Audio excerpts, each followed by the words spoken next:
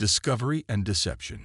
Captain Sarah Chen stood at the helm of the colony ship Asteria, her dark eyes fixed on the mysterious structure floating in the void before them. It wasn't supposed to be here. Deep space between the Arcturus and Vega colonies was meant to be empty. Yet there it was, a massive station, its architecture clearly alien, spinning slowly in the starlight. "What's our analysis?" she asked, keeping her voice steady despite the unease crawling up her spine. Dr. Marcus Reynolds, the ship's xenorchaeologist, studied the holographic readouts with barely contained excitement. "It's old, Captain. At least 2,000 years, based on hull degradation patterns. But the power signatures, they're active. Someone's been maintaining this place." The Asteria had stumbled upon the station during a routine colonial supply run. With 5,000 colonists in cryo-sleep below decks, Chen couldn't afford to take unnecessary risks. But the potential scientific value of this discovery was too significant to ignore. "Life signs?" she asked, turning to her sensor officer. Lieutenant Patel shook her head. "None detected, ma'am. But these readings are strange. The station's outer hull is blocking most of our scans. Whatever it's made of, it's unlike anything in our database." Chen weighed her options. Protocol dictated they report the finding and continue their mission. But something about this didn't sit right. The station's location, its active power signature despite its age, the unusual sensor blockage, it all pointed to something more than an abandoned relic. "Prep a boarding team," she decided. "Full containment protocols. I want to know what we're dealing with." The boarding shuttle departed 30 minutes later, carrying a 6-person team led by Security Chief Diana Torres. Chen watched from the bridge as the small craft approached the station's main airlock, its spotlights illuminating the ancient hull. "Airlocks responding to standard docking protocols," Torres reported. "That's unexpected for something this old." The team made their way inside, their helmet cameras feeding real-time footage back to the Asteria. The station's corridors were vast, their walls covered in intricate patterns that seemed to shift in the beam of their lights. "These markings," Reynolds breathed, his camera focusing on one section. "They're not decorative. This is data storage, incredibly advanced data storage. The entire station might be one massive computer." The team pressed deeper into the structure, documenting everything they encountered. But it was in the central chamber that they found something that changed everything. "Captain," Torres's voice was tight. "You need to see this." The camera feed showed a massive holographic display, still functional after millennia. As they watched, it flickered to life, projecting a 3-dimensional map of known space. But it wasn't just a map, it was a network. Hundreds of points connected by pulsing lines, each marked with symbols they didn't recognize. "Reynolds," Chen called. "Can you decode any of this?" The xenorchaeologist worked furiously at his portable terminal. "Some of it. These symbols, they're numbers, quantities, dates. This isn't a historical record, Captain. This is active data. Current data." Chen felt her blood run cold as understanding dawned.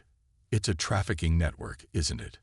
"Yes," Reynolds confirmed, his voice hollow. "And based on these timestamps, it's still in use. This station isn't abandoned. It's automated. It's a waypoint, tracking shipments of people." The revelation hit the bridge crew like a physical blow. They'd stumbled upon something far darker than an ancient alien artifact. This was evidence of an ongoing atrocity, one that spanned multiple star systems. "There's more," Torres reported. "We've found a secure data core. It contains detailed records, species catalogs, price lists, buyer information. This isn't just some fringe operation. There are names here, Captain. Important names. Government officials, corporate leaders, even military commanders from various species." Chen's jaw tightened. "Download everything. Every single byte of data. Then plant charges. This station needs to disappear, but its secrets need to survive." As the team worked to extract the data, Chen opened a secure channel to Earth Defense Command. This discovery would shake the foundations of interstellar society. Multiple species would be implicated, diplomatic relations would be strained, and the galaxy's power structure would be forever altered. But none of that mattered, because humanity had just stumbled upon something that couldn't be ignored, something that demanded action. The slave trade that had operated in the shadows for centuries was about to face something its masters hadn't counted on: human justice. "Taurus," Chen called. "How long until the charges are set?" 10 minutes, Captain. But there's something else you should know. According to these records, this is just one of dozens of similar stations. This network, it's vast, and it's been operating right under everyone's noses for centuries. Chen nodded grimly. Then it's time someone did something about it. Get your team back here. We have evidence to deliver and a war to prepare for.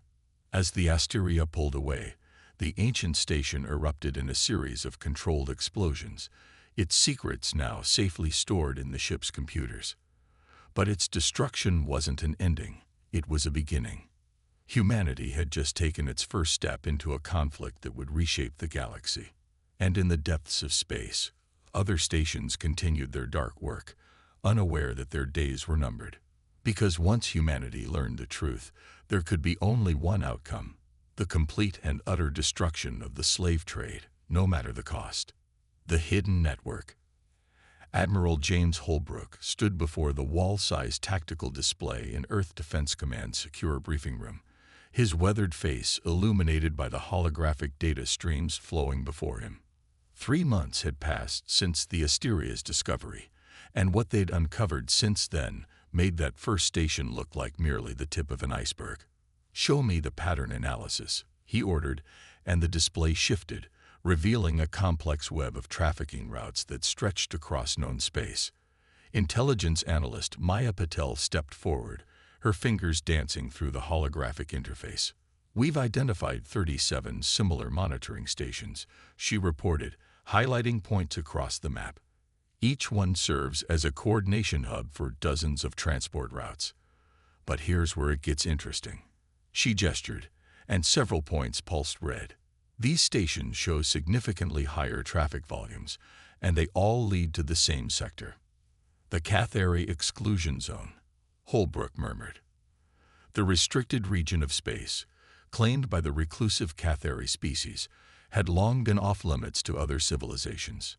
Now they knew why. "Exactly," Maya confirmed. "We believe we've identified the masterminds.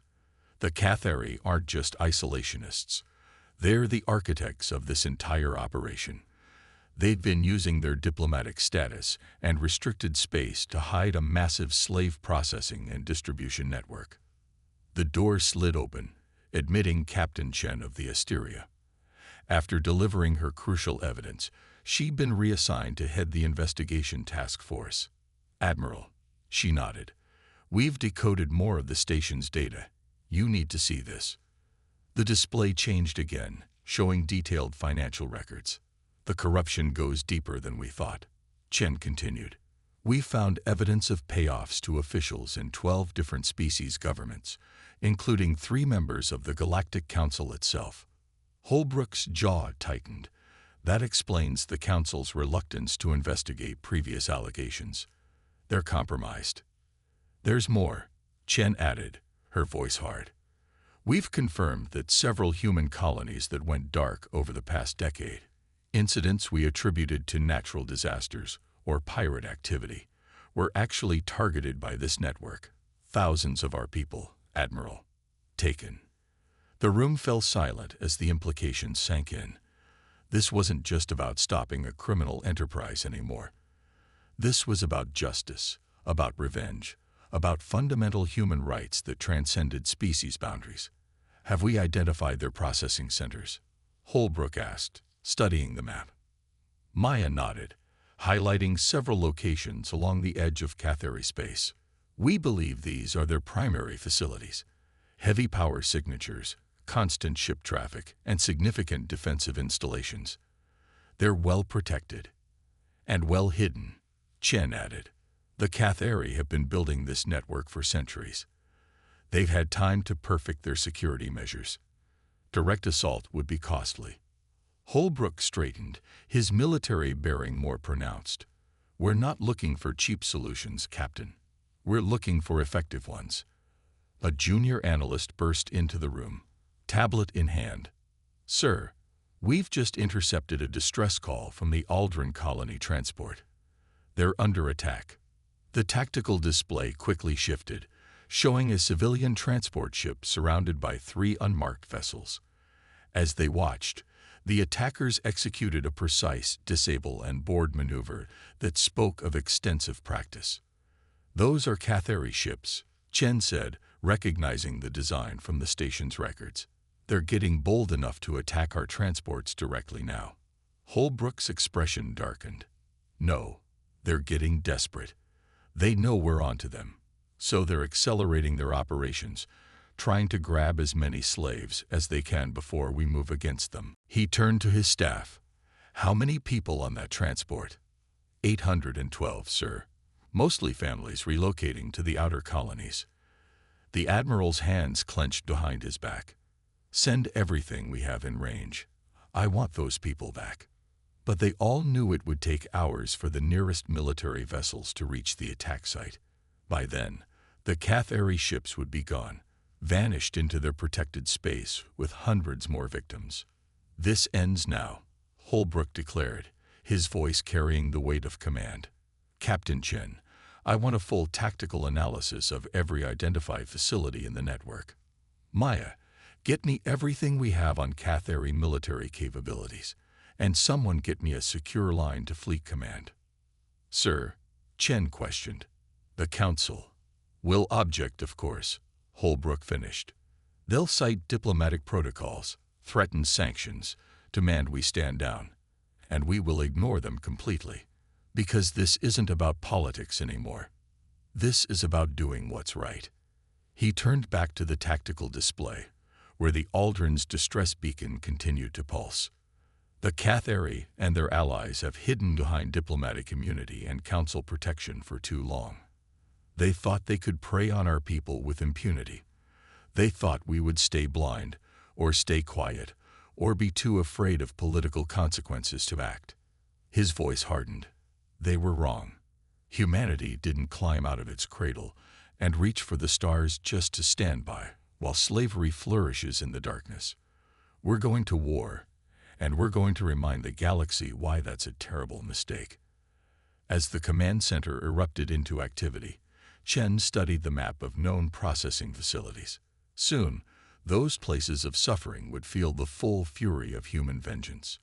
The Cathari had built their empire on the pain of others, maintaining their power through fear and corruption. But they had never faced humanity's righteous anger, and they were about to learn why that was a fatal oversight. Breaking point. The Aldrin's empty hull drifted silently in space, a stark testament to humanity's failure to protect its own. Commander Elena Rodriguez stood on the bridge of the EDS Hyperion, watching as recovery teams combed through the abandoned transport ship. 812 civilians, men, women, children, all gone, taken by the Cathari slavers in a single brutal raid. Preliminary report. Commander, her XO, David Chen, handed her a tablet. They knew exactly what they were doing. Disabled our systems with precision strikes, boarded through 3 points simultaneously. The whole operation took less than 15 minutes.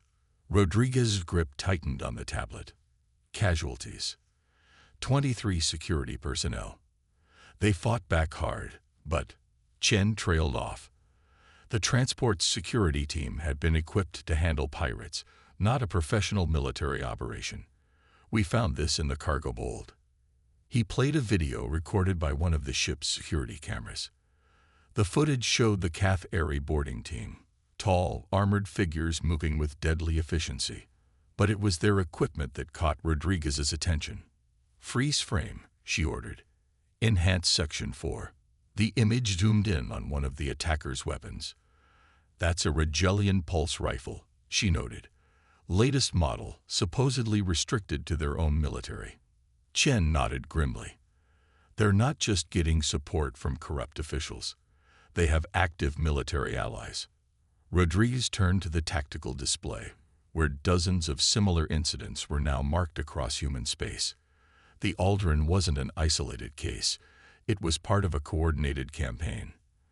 The Cathari were striking multiple targets simultaneously, trying to grab as many slaves as possible before humanity could respond.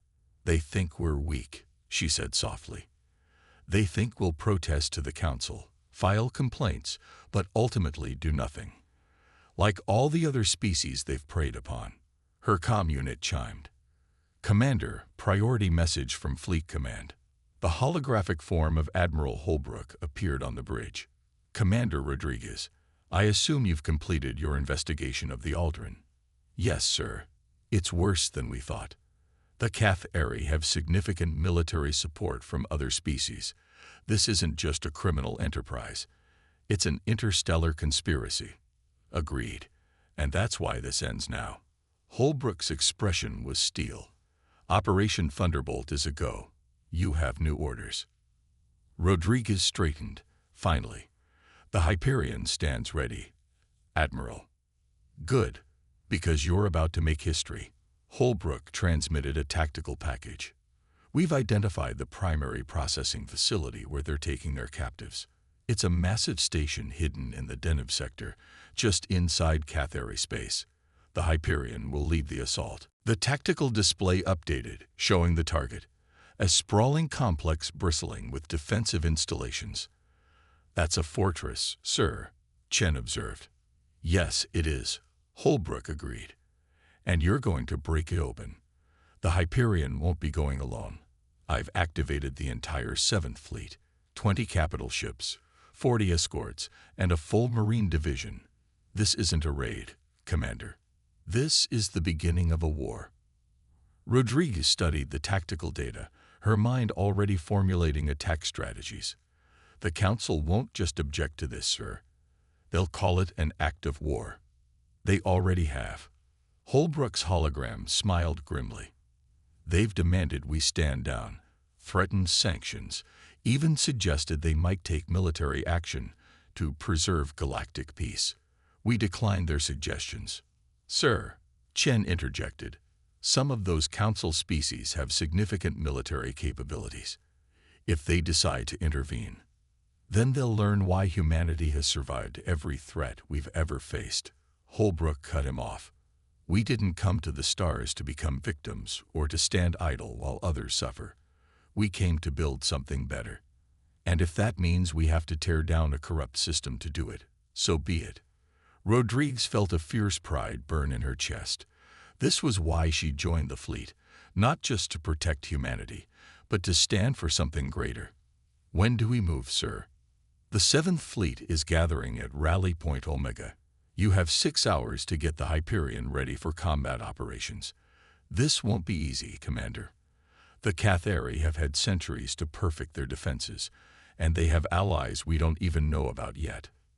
"With respect, sir, they've never faced humanity in full war mode," Rodriguez replied. "They think they know what we're capable of. They're about to learn how wrong they are." Holbrook nodded approvingly. "Good hunting, Commander. Bring our people home." As the transmission ended, Rodriguez turned to her crew. The bridge was silent, every officer focused on their stations, preparing for the coming battle. They'd all seen the footage from the Aldrin, all read the reports of other attacks. They knew what was at stake. "Sound general quarters," she ordered. "Begin combat preparations. I want every weapon system checked and double-checked. And get me a direct line to Marine Command. I need to coordinate with our boarding teams." As klaxons blared throughout the massive warship, Rodriguez studied the image of the Cathari fortress. Somewhere in that station were hundreds of human captives, along with countless slaves from other species. They'd lived in darkness and fear, thinking no one was coming to save them. They were wrong. Humanity was coming, not just with weapons and warriors, but with the full force of righteous fury. The Cathari had built their empire on the suffering of others, maintaining their power through fear and corruption. But they were about to learn what real fear was, because humanity wasn't just fighting for revenge. They were fighting for justice. and that made them more dangerous than any slave empire could possibly imagine. Operation Liberation. The void erupted in fire as the Seventh Fleet dropped out of hyperspace. 20 human warships, their hulls gleaming with energy signatures, emerged in perfect attack formation. At their head, the EDS Hyperion's massive form cut through space like a sword. Commander Rodriguez stood at the tactical station, her voice steady as she issued commands. All ships, combat positions, launch fighter screens, weapons, target those outer defense platforms. The Cathari fortress loomed before them, its defensive arrays coming alive as alarms surely blared throughout its corridors. But the humans had the element of surprise. And something more. Determination. Multiple enemy contacts. Tactical reported. Cathari defense fleet moving to intercept. 8 capital ships, 12 escorts. Rodriguez allowed herself a grim smile, just as intelligence predicted. They never expected a direct assault. Battle Group Alpha, engage the defense fleet. Battle Group Beta, prepare for station assault. Marine teams, stand by for boarding operations. The space between the fleets lit up with weapons fire.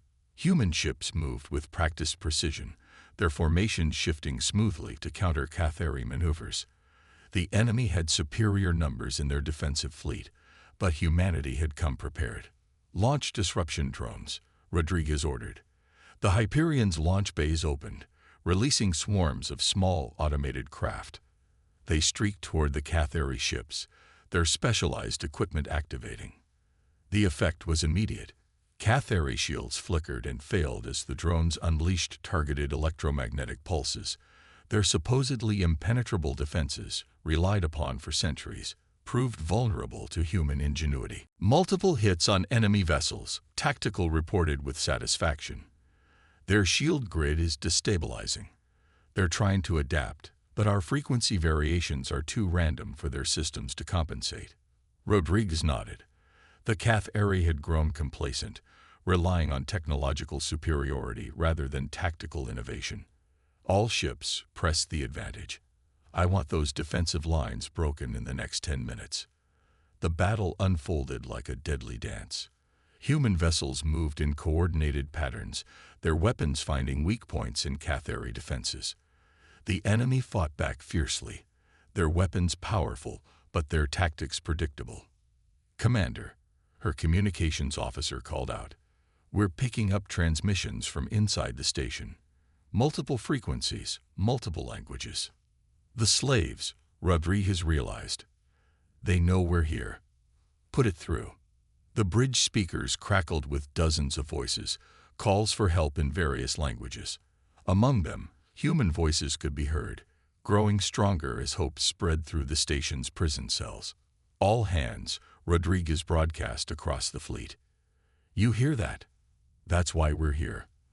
Those are our people in there, and people just like them from a dozen worlds. Today, we set them free. The human fleet's assault intensified. Fighter squadrons darted between capital ships, their precision strikes disrupting Cathari formations. Marine dropships waited in the hangars, their crews ready for the next phase. Enemy fleet is breaking formation, Tactical announced. 3 of their capital ships are heavily damaged. They're falling back to secondary positions. No pursuit, Rodriguez ordered. Let them run. The station is our primary target. Status of their defensive grid. Outer defenses are at 40% and falling. Their shield generators are struggling to maintain coverage. We've identified multiple breach points. Rodriguez tapped her command console, bringing up the assault plan. Begin Phase 2. All Marine units, prepare for drop. Suppression teams, clear those breach points. I want boots on that station in 5 minutes. The Hyperion's massive guns opened up, joined by the rest of the fleet. Precision fire knocked out defensive turrets and shield generators, creating gaps in the station's protection. Marine dropships launched immediately, streaking toward the openings like arrows. Multiple hostile ships incoming, Tactical warned. Reading Regelian energy signatures. Looks like their allies are joining the fight. Right on schedule, Rodriguez replied calmly. She opened a channel to the rest of the fleet. Battle Group Charlie, you're clear to engage. Show them why picking the wrong side in this fight was a mistake. A new wave of human warships emerged from hyperspace behind the approaching Rigelian vessels. Caught between two forces, the would-be reinforcements found themselves in a deadly crossfire. Inside the station, chaos erupted as the first Marine teams breached the hull. Elite human soldiers, armed with the best weapons Earth could produce, began the room-by-room fight to secure the facility. Multiple successful breaches, the Marine commander reported. Heavy resistance in sectors 3 and 4, but we're pushing through. These bastards fight hard when cornered. Keep pushing, Rodriguez ordered. Engineering teams, start working on those cell block controls. I want those people free as soon as we secure each section. The battle continued to rage, but its outcome was never in doubt. Humanity had come prepared not just with superior firepower, but with righteous purpose. The Cathari fought to protect their profits. The humans fought to free the enslaved. Hour by hour, deck by deck, the station fell to human forces. Freed prisoners joined the fight where they could, their knowledge of the station's layout proving invaluable. The Cathari defenders found themselves facing not just human military might, but the unleashed fury of their former victims. As the last pockets of resistance were cleared, Rodriguez received the report she'd been waiting for. Commander, we've secured the central control room. Station is ours. She allowed herself a moment of satisfaction before focusing on the next task. Begin evacuation procedures. I want every former prisoner processed and transferred to our medical ships, and download everything from their databases. We're going to need that information for what comes next. Because this was just the beginning. One station had fallen, but the Cathari Empire had many more. Humanity had struck the first blow in what would become a crusade, not for conquest or revenge, but for freedom. And they were just getting started. Justice delivered. The Cathari High Chamber, with its towering spires and ancient architecture, had stood as a symbol of power for millennia. Now, it burned. Admiral Holbrook watched from the bridge of the EDS Nemesis as human forces secured the last stronghold of the slave empire. 3 months had passed since Operation Liberation began. 3 months of constant combat, of liberation and revelation, as humanity systematically dismantled the largest slave trading network in known space. The data recovered from that first processing station had led them here, to the heart of Cathari space. Status report, he commanded, eyes fixed on the tactical display. Captain Chen of the Hyperion, now promoted after her crucial role in the campaign, appeared on the command screen. The city is secured, Admiral. Cathari resistance has collapsed. Their leadership is attempting to surrender. Attempting. Chen's expression hardened. Some of the liberated slaves have formed their own resistance groups. They're not interested in accepting surrender. Holbrook understood their rage, but humanity hadn't come this far to allow chaos to reign. Deploy peacekeeping forces. No unauthorized reprisals. These criminals will face justice, not vengeance. The command center buzzed with activity as reports flowed in from across Cathari space. The slave empire's fall had triggered a cascade of revelations and upheavals throughout the galaxy. Corrupt officials exposed by captured data fled their posts. Compromised military leaders faced courts-martial.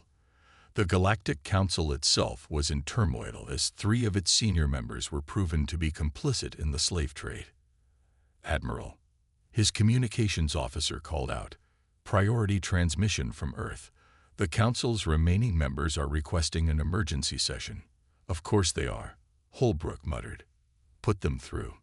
The holographic display flickered to life, showing the council chamber. Only 7 of the usual 12 members were present. The others had either fled or been arrested. The Rigelian representative, his scaled face showing signs of stress, spoke first. Admiral Holbrook, this campaign of yours has gone far enough. The destruction you've caused, the destruction we caused. Holbrook's voice cut through the chamber like a blade. Let's be very clear about what's happened here. We discovered an industrial-scale slave operation running under your very noses, in some cases with your direct support. When we brought you evidence, you tried to bury it. When we demanded action, you threatened us. So we acted. Without authorization. The Trinaxian delegate protested. You violated multiple treaties, invaded sovereign space. Treaties that you used as shelter for slavers. Holbrook countered. Sovereignty that you used to hide atrocities. No more. Humanity will not recognize the authority of institutions that protect slavery. A new figure stepped into view. Sarah Chen, the captain who'd made the initial discovery that started it all. Now she wore the uniform of Earth's diplomatic corps. The evidence we've uncovered is comprehensive, she stated, her voice carrying the weight of authority. Millions of beings enslaved, thousands of colonies raided, hundreds of officials bribed or coerced into compliance. This wasn't just criminal activity. It was a fundamental corruption of galactic civilization itself. She gestured and holographic data streams filled the chamber. We're transmitting complete documentation to every species government simultaneously. No more secrets, no more shadows. Everything will be exposed to the light. The council chamber erupted in chaos as the implications became clear. This wasn't just the end of the Cathari slave empire. It was the end of an era. The careful political balance that had allowed such atrocities to flourish was shattered forever. Back on the Nemesis, Holbrook received another report. Sir, we've secured the Cathari Central Archives. You'll want to see this. The data painted a picture even darker than they'd imagined. The slave trade wasn't just a criminal enterprise. It was the foundation of multiple species economies. The Cathari had built a system where many worlds depended on slave labor, creating a web of complicity that spread across the galaxy. Send everything to analysis, he ordered. I want to know every world involved, every official compromised, every victim taken. We're going to make this right. The next few weeks saw a transformation of galactic society. As human forces liberated slave processing centers and exposed collaboration networks, other species began to join the campaign. Those who had long opposed the slave trade but lacked the strength to fight it now found allies in humanity. The Cathari leadership, those who survived, faced justice in a newly established galactic tribunal. The trials were broadcast across known space, letting every world see the true face of the slave empire. Former slaves testified about their experiences, their words finally heard after years of silence. 1 month after the fall of the Cathari capital, Holbrook stood before the United Earth Assembly, delivering his final report. The military campaign is complete, he stated. The slave trading network has been dismantled. Over 3 million beings have been freed, with efforts continuing to locate and rescue others. But our work isn't finished. He paused, looking at the assembled leaders of humanity. We've destroyed one evil, but the conditions that allowed it to flourish still exist. Corruption, inequality, the willingness to look away from suffering. These are the real enemies we must fight. Humanity didn't come to the stars to conquer or to rule. We came to build something better.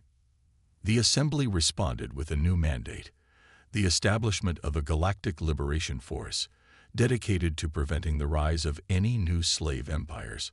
Other species, inspired by humanity's example, pledged their support. In the ruins of the Cathari High Chamber, a new monument would eventually rise, not to celebrate victory, but to remember. Its inscription, written in every known language, told the story of how humanity discovered the truth and chose to act. The galaxy had changed. The age of slavery was over. And humanity had proven that some principles were worth fighting for, no matter the cost.